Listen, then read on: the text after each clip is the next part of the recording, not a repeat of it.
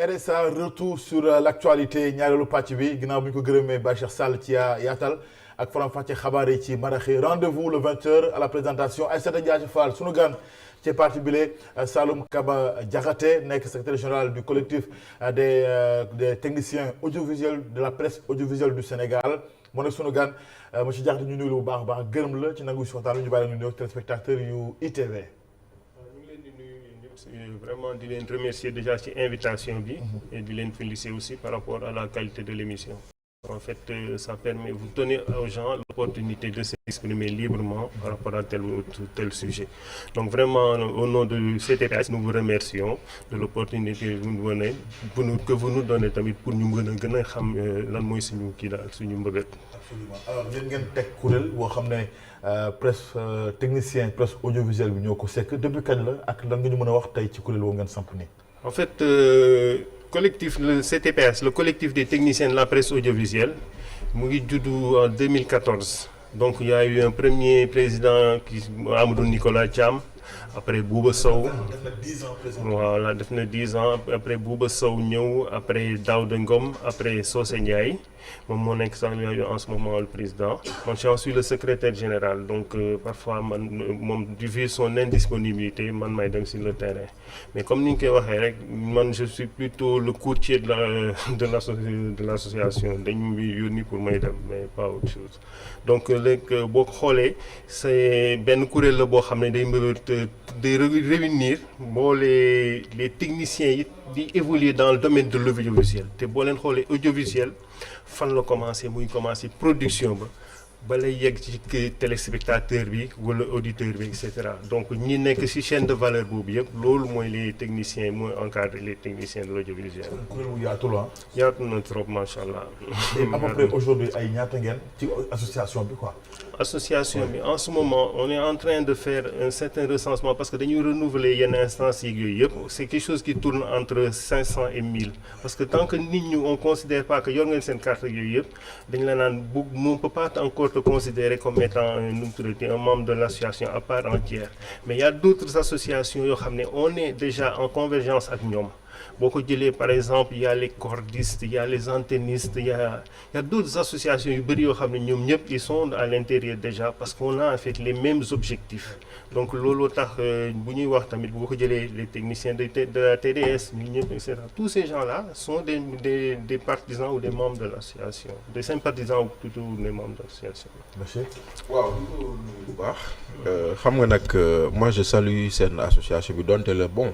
xaw ma woon son existence parce que j'ai souvent tendance à dire que Sénégal mooy réew moo xam ne on distingue pas la presse du média c'est que dafa am une différence entre presse et média donc le média c'est le support la presse c'est l'activité maintenant nag média boobu noonu nag dafa bëri ñu ciy liggéey ñoo xam ne malheureusement on les confond tous à journaliste parce que jàpp nañ ñu koy génn télé rek journaliste nga donc quelque part ça ne vous porte pas ombrage situation boobu noonu.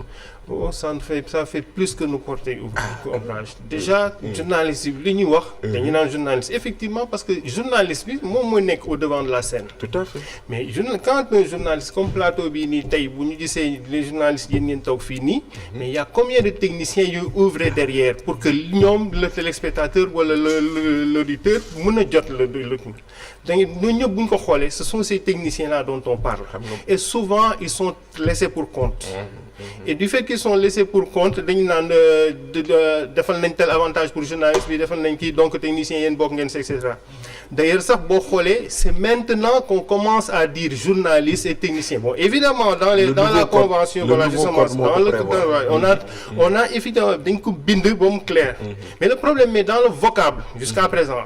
Et puis man parfois j'ai du mal à comprendre quand bu ñuy wax nañu journaliste mu ngi défendre l'intérêt du technicien journaliste mënul défendre l'intérêt du technicien parce que xamul quel est l'intérêt du technicien mën na défendre ses intérêts en se disant que ne moom s'il bénéficie de telle ou telle chose normalement le technicien devrait en bénéficier mais ce n'est pas toujours le cas et disons que c'est souvent rarement le cas donc déjà boo jëlee les techniciens il y en a énormément dans la profession qui ont appris le métier sur le tas. Waaw. Le fait que foofu nga ko jàngee déjà amoo diplôme. Problème de statut. Voilà, problème de statut là déjà. Problème de plan de carrière. Problème d'évolution yooyu yëpp. Donc loolu yëpp bu ñu koy xool dafay poser un problème par rapport entre technicien bi ak journaliste bi. te ñun association bi c'est pour ça que CTPH jug ne tey il faut vraiment que ñu remédier à ça. parce que à un certain moment am na yoo xam ne yaa koy fajal sa bopp. sinon day ci wax day bëri rek mais après vous serez toujours derrière. waaw beneen bi c'est effectivement dans cet environnement là. de média ndaxte man chaque jour des fois moo koy wax. bu ñu commencé ma naan ñu ngi nuyu sunu techniciens yi parce que effectivement am na ñu nekk ci ginnaaw yor machine bi yor caméra yi et cetera pour ñu gis ñu. c'est jamais c'est des gens yoo xam ne baaba. seen tour rek lay bind à la fin de l'émission bon kenn du leen gis quoi. waaw mais aujourd'hui si on devait faire la cartographie xam nga également tam dafa bëri ay confusion. ndaxte kan mooy caméraman kan mooy preneur de son kan mooy machiniste kan mooy réalisateur kan mooy est-ce que yéen jéem ngeen a disons cartographier dans technicien la ñaata métier moo ci nekk. waaw en fait boo xoolee si tey les nouvelles réalités font que déjà boo demoon si site bi parce qu'on a un site web il est fonctionnel et on est en train de répertorier nos techniciens aussi mais de les mettre en ligne pour aussi leur donner une certaine valorisation une certaine visibilité donc par rapport à ça bu ñu ne tey technicien ba may citer déjà benn affaire dañuy wax léegi journaliste yi dañu leen di wax JRI. bu ñu nee JRI ça veut dire que c'est un journaliste. qui fait de la caméra et du montage. Donc de ce fait mu ngi jël déjà ñaari liggéeyu deux techniciens. Voilà mu ngi amputé. On peut pas lui en vouloir parce que tey avec les possibilités la disponibilité du numérique ak yooyu yëpp capacité yi ñu am c'est normal. Donc tey bu ñu nee par exemple dañuy cartographier par exemple ñaata technicien ñoom ñaata caméraman ak yooyu ñaata monteur ak yooyu yëpp on va passer à côté du sujet. Voilà. ci chaîne de valeur bi. ñaata la ñu jàpp ne ñoo ci nekk. maanaam ñoo ci contribuer. exactement waaw pas peut-être ngeen wax que caméraman yi ñaata nangam lañu. preneur de son yi nangam lañu mais maanaam de façon générale métier yi bokk. autour de l'audiovisuel ñaata la. En fait boo jëlee tous les métiers. da ngay jël comme on dit da ngay naan caméraman ne monteur. ne régisseur. ne kii nu mu tuddati câbleur ne antenniste ne cordiste. parler encore maquilleur même les maquilleurs sont des techniciens d'aujourd'hui. Donc tous ñooñu ñi si nekk ñëpp hormis journaliste boo xoolee ce sont des techniciens.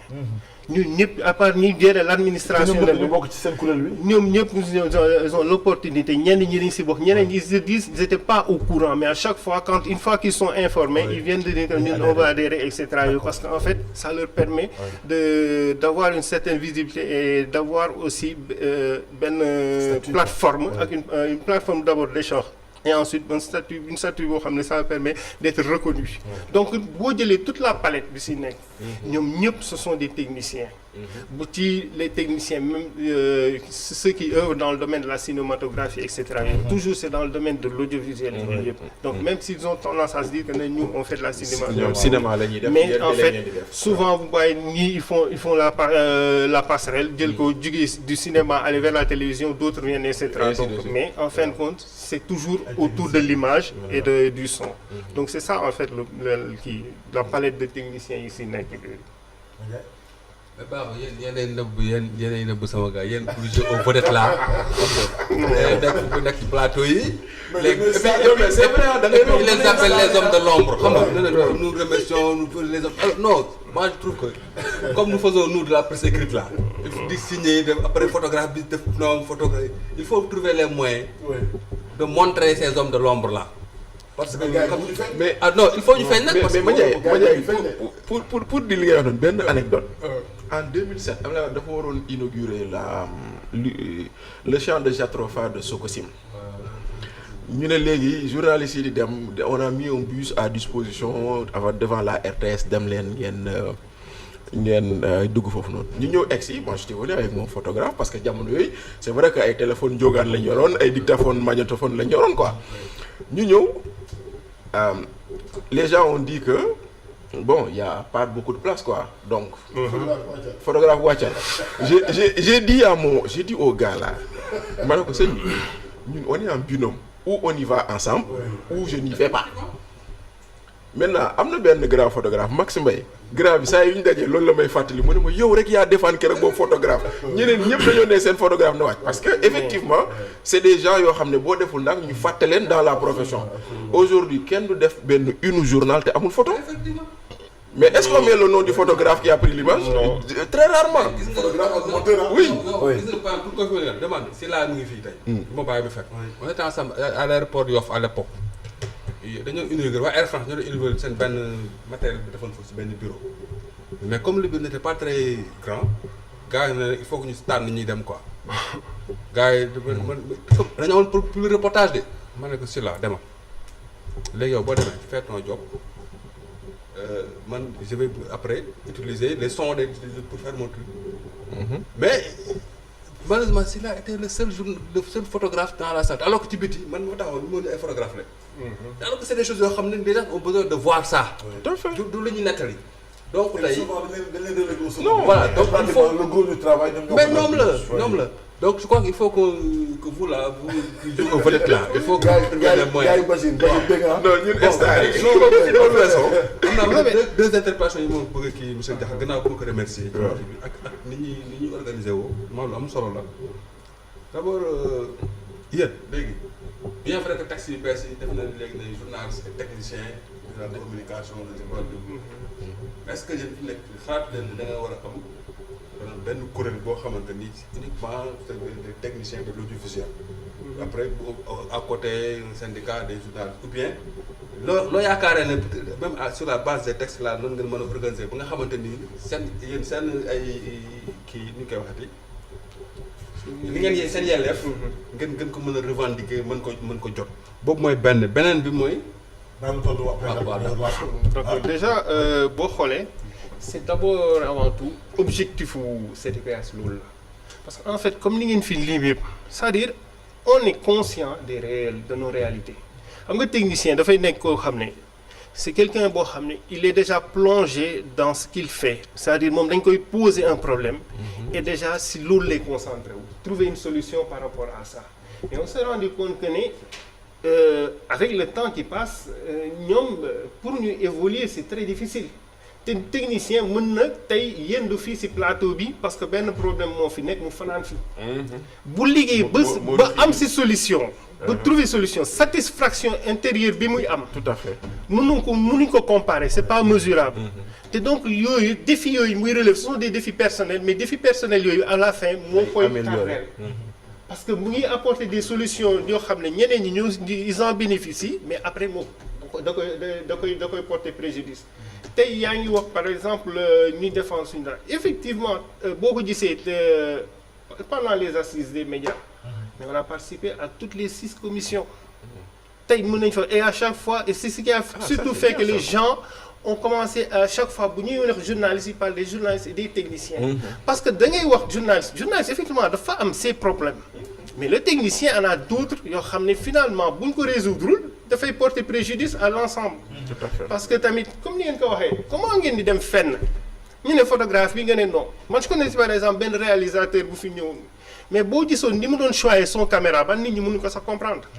parce que xam na ne c'est le caméraman qui va prendre cette image là après boo xam ne moom lay liggéey mais bu fekkee ne caméraman bi n'est pas dans de bonnes conditions pour faire son boulot après lan la imaginer ngeen def reportage ñibbi si amul son lan ngeen koy expliquer wala kii bi et c'est facile tamit le technicien bi la bon dos lu problème journaliste bi day dem nga fam ñu ne non problème technique ci di problème technique mooy technicien bala fekk yow bañ la waxee deful yéegula la wala jëlal sa micro tegee ko nii nga ne du ma ko tegee nii et cetera ay problèmes yoo xam ne c'est strictement kii topp ko journal et d'autant plus qu'il n'est pas même pas là pour se défendre yow nga wax après ngeen ne non léegi mais alors que yooyu yëpp ñun suñ ko jëlul ne xaaral ñu xool comment revoir les choses dañuy ñun ñoo nekk ci ginnaaw toujours à la limite on nous considère presque comme la 5e roue du charrette alors que ce n'est même de la charrette alors que ce n'est même pas le cas on est indispensable.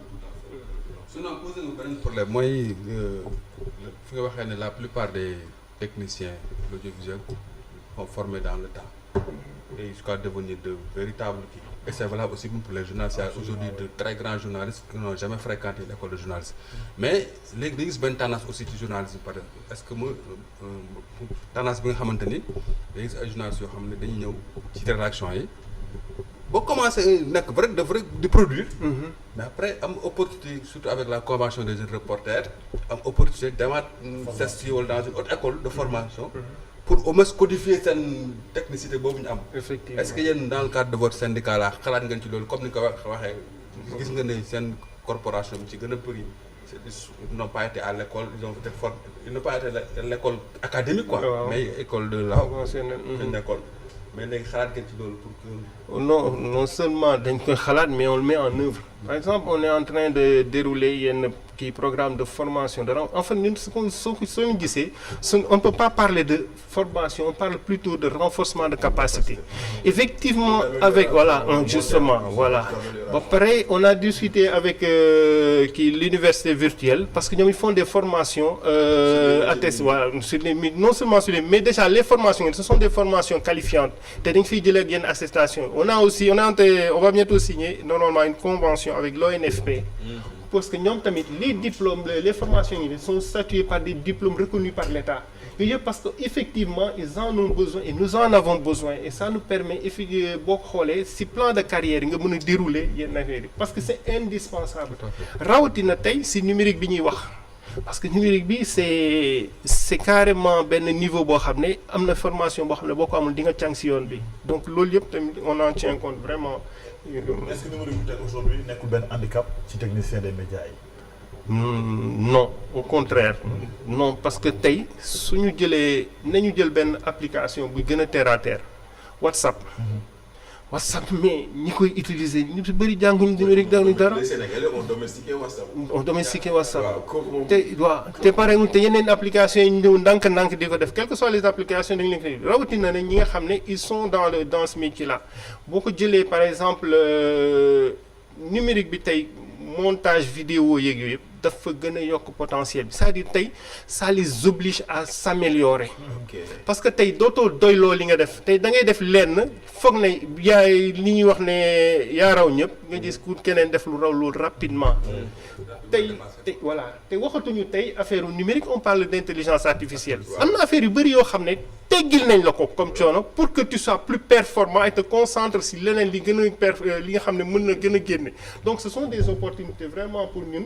Au contraire et ce ne sont pas des choses handicapantes tey ça nous permet vraiment jëlal benn montage bi nga doon jël par exemple une demi-journée yooyu yëpp am na yu bëri yéegi da nga koy évacuer en moins de 10-15 minutes tey da ngay texte yeeg yooyu yëpp journalistes tamit ils le font c'est-à-dire tey tu n'as même pas besoin naan damay réfléchir pour waxal say kii donné dem si ChatGPT mu defal la benn texte après tu l'adaptes évidemment donc def copier-coller mais di nga ko adapté def léegi et puis tamit dans le domaine de de la l'éthique et de la déontologie c'est quelque chose aussi où on fait un travail et puis parce que effectivement war nañ xam les règlements textes et lois etc parce que souvent duñ si xam dara et ça permet au moins nga xam say droits. mais dans vos réflexions justement en parlant d'éthique et de xam nga ñun journalistes yi on a ce qu'on appelle un code éthique un code de déontologie on a la charte de Munich on a des chartes du journaliste et cetera est-ce que yéen réfléchir ngeen sur benn code de conduite boo xam ne lii mooy loo xam ne mooy wareef technicien nan la ko war a kiiwee et cetera. Oui parce que en fait bi ngeen di def la charte des journalistes. bi ngeen réunir je crois dama fàtte fi ñu réunir Socé Ndiaye suñu président bi yéen là-bas ak yeneen yi. Déjà après au sortir de ce dafa ne automatiquement président dafa ne il faut que ñun tamit ñu def suñu benn charte des techniciens parce que am na yenn yoo xam ne il faut que ñu adapté ko par exemple à nos réalités. Effectivement mënuñ ñëw ne rek dañuy def copier-coller daal li bu journalistes yi donc on était en train de travailler là-dessus.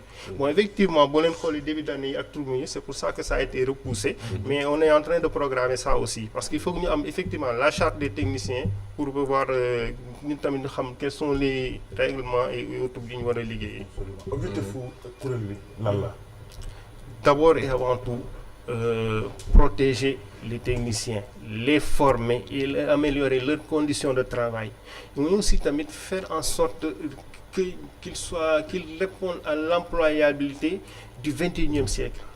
parce que tey un technicien boo xam ne il ne peut pas manipuler le numérique boo xam ne bu ñu ko waxee affaire intelligence artificielle day xaw a largué waaw ça va poser un problème là il y a 2 semaines je suis allé assister au CIPENS, c'était le salon international des professionnels de l'économie numérique li ñu fay wax yooyu yëpp ce sont des choses qui concernent les techniciens. Donc c'est-à-dire parce que non seulement dans le cadre de notre travail mais aussi dans le cadre de la création de nouveaux contenus parce que mu neexum naqari on sait que nos télévisions ont un problème de contenu. Ah oui. Il faut que vraiment ñu xool yeneen contenu yoo xam ne mën nañ leen ba adapté ba pare télé bi moomatul l'exclusivité de la diffusion de l'information ou de l'image donc tous ces supports là il faut ñu xool nan lañ koy adapté et partie adaptation boobu ce sera toujours la partie qui revient aux techniciens. TikTok yeeg YouTube yeeg yooyu yëpp chaque fois qu'il faudra mettre en place un format et cetera dañ naan parce que tey effectivement numérique bi facilité na yu mais nee nañu tey appareil quand ça devient mën nga koy utiliser nii mais quand ça exige benn certaine technicité di nga woo technicien bi. donc loolu yëpp faut que ne encore jusqu'à présent ñun dañu war a gën a former def des renforcements de capacité pour nous permettre d'être toujours compétitifs. mais dans ce renforcement de capacité sànq dafa nga fi benn cas moo xam pour yow ki semble pour certains une sorte de concurrence mooy gérer yi parce que les journalistes maintenant qui se lancent dans le montage qui se lancent dans la captation lépp mais est-ce que aussi vice versa parce que man su ma gisee par exemple tey un caméraman qui a cheminé avec des journalistes pendant X années qui a déjà un bon niveau c'est-à-dire académique pareil qui a cheminé avec des journalistes sur le terrain.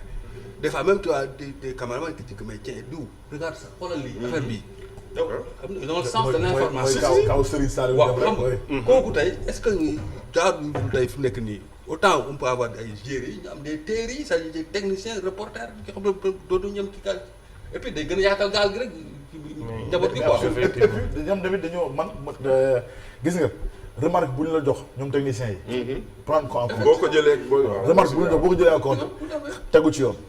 ñoom ñëpp. non mais am na ci nag ay bandits mais vraiment la plupart. Modou Bandi la am na ci ay bandits moom ay bandits yu mag sax vraiment. loolu yóbbante la Modou la ñuy wax ni bandi la. loolu yóbbante la parce que ma ne ko say non ay ndaanaan yu bëri. vraiment li ma leen di wax ak nii xam nga Modou du tontu. waaw mu ngi si ginnaaw du tontu lenn xanaa la mën a def flouter ko wala xaw ko jël ko de travers mais mënul si. en tout cas daal mu ngi noonu mais. donc nekk ñoo xam ne vraiment ñu war a rendre hommage lañ mais ñu war a sargal mais yaa ngi ko sànq parce que tey aujourd'hui le groupe du travail pratiquement yéen a ko gàddu. parce que tey avant ñun balaa dara di xew caméraman yi dinañ ñëw preneur de son yi di ñëw réalisateurs yi pratique def le travail ba pare ñun nañu soog a ñëw. mais ba pare jaay taar. ah ba pare jaay taar. mais li ci doy waar mooy seen conditions yi day nekk conditions yu difficile des fois.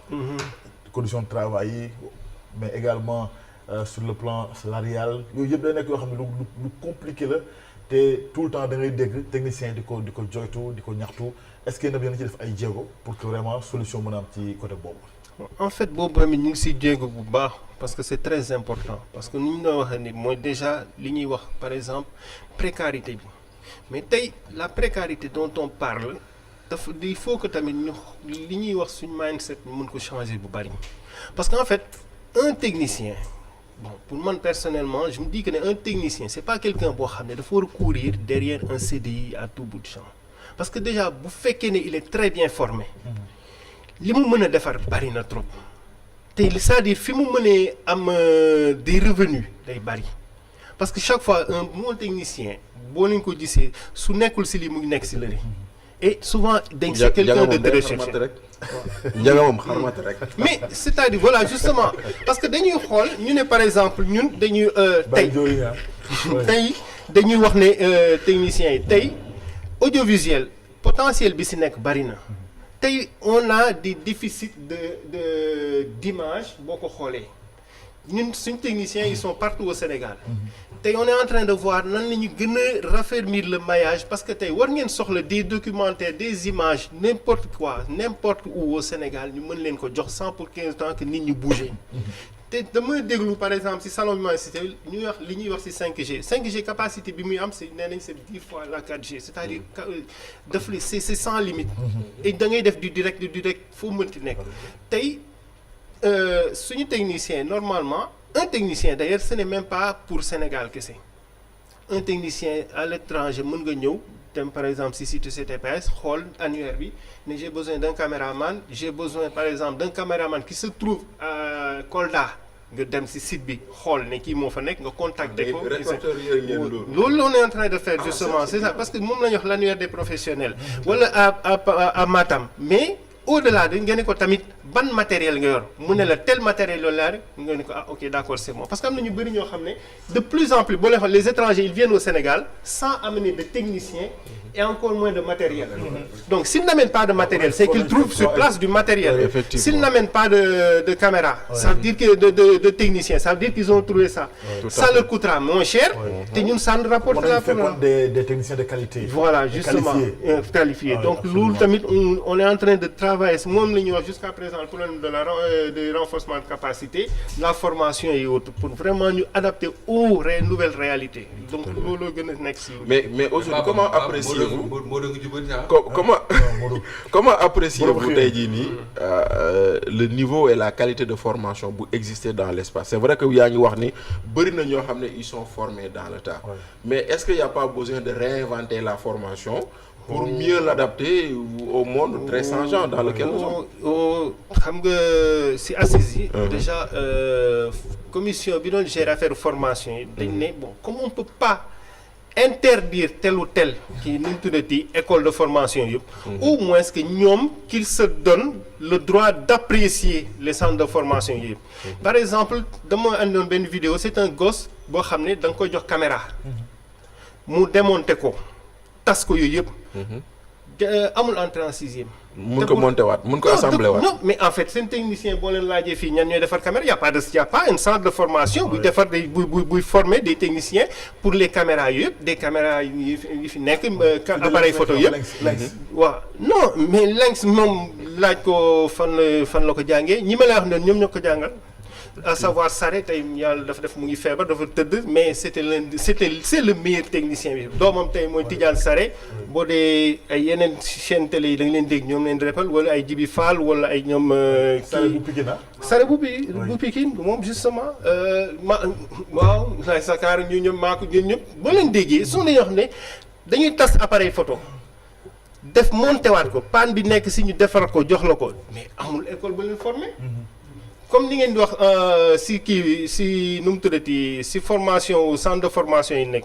là où il y a aussi un problème par rapport à ça parce qu'on est obligé après de voir fan la ñu mën a parfaire suñu formation pour mën a nekk compétitif. exactement mais foofu y a un business à prendre. mais bien sûr xam nga tey foofu. bien sûr mën nañu tey nga xam ne am nga expérience. mais créer même des centres de formation. Voilà aujourd'hui les écoles parce que xam nga journalistes yi. il fut un temps y avait que le CESTI. Après, c'est des journalistes qui se sont levés pour dire que mais tiens, on va créer des écoles de journalistes, de former un journaliste. Et même dans l'école, il y a des techniciens qui enseignent le captage, le montage et tout. Mais pourquoi pas aujourd'hui, comme nous avons une école qui pour former ces techniciens-là, mais il y a une certaine là-bas, chercher des financements, des partenaires. C'est centre de formation-là. En fait, le CTPS, ce sont ces objectifs-là. C'est-à-dire l'amélioration des conditions de travail du technicien. Mais pour nous, le liguer, il faut qu'il ait la formation, effectivement. Donc, c'est pour ça qu'on est en train de démarcher, comme nous avons FONGIB, mais qui nous tout dit, le Fonds de développement du service universel, FSUD, etc., l'ARTP, parce que nous, ce sont des gens qui on peut faire des links par rapport à la formation dont on a besoin. Donc, ce sont dans nos objectifs aussi pour liguer. Donc, nous avons fait, mais c'est vraiment de nos objectifs et je sais que nous avons aussi avancé. Absolument. Une dernière question? Non, c'est bon. C'est bon, Mania. Oui. Vraiment di ko encourager. dafa nekk boo xamante des pions yoo xam ne mënul ñàkk ci kii bi c'est un moyen essentiel. Et comme ni nga koy waxee surtout avec le numérique. donc moom gis nga oto yi léegi mécaniciens yi fa nekkoon daal. non léegi kay dañuy diagnostic. voilà bu njëkk dañu doon ubbi oto bi naan fan la panne bi nekk. léegi dañuy taxaw branché machine ne la lii moo panne. mooy panne c'est exactement ça. parce que moom la kii doon wax Samba Ndiaye un technicien mu ne tey ce sont des composantes montées en surface donc tey da ngay teggi teg. tey pièce da ngay teggi teg doo fi nekk di si boo xoolee fii ay robots presque la ñu nekk yooyu moo tax rarement parfois ngay gis un caméraman sur un plateau yooyu yëpp mais souvent donc moo lay wane ne technicité bi on est obligé de suivre et on va faire le maximum pour ça. mais en tout cas merci beaucoup peut-être un dernier mot booy lancé à l'endroit des techniciens. les autorités. non déjà pour les techniciens moom war nañ xam ne CTPS ñoom ñoo ko moom. c'est-à-dire c'est une association faite pour eux nañu ñu ne ñëw ñoom ñëpp ñu bokk ko parce que mbooloo mooy doole. aux autorités moom on leur lance l'appel pour que ñu soutenir ñu dans cette voie-là parce que dañuy wax à chaque fois lutter contre le chômage ni nga ko waxee c'est énormément d'opportunités et de niches d'emploi parce que ça nous permet de niches d'emploi de qualité c'est-à-dire ñoo xam ne tey foo génn da ngay liggéey y en a beaucoup yoo xam ne ils sont sortis du Sénégal mais bu ñu demee à l'étranger c'est dans la même profession qu'ils exercent. Absolument. Mais merci beaucoup en tout cas gërëm ko bu baax a baax Saloum Kaba Diakhaté secrétaire général du collectif des techniciens de la presse audiovisuelle du Sénégal. 20h la grande édition du soir avec Aïssata Diagne Fall. Aïssata, bonsoir. Bonsoir Baba et merci.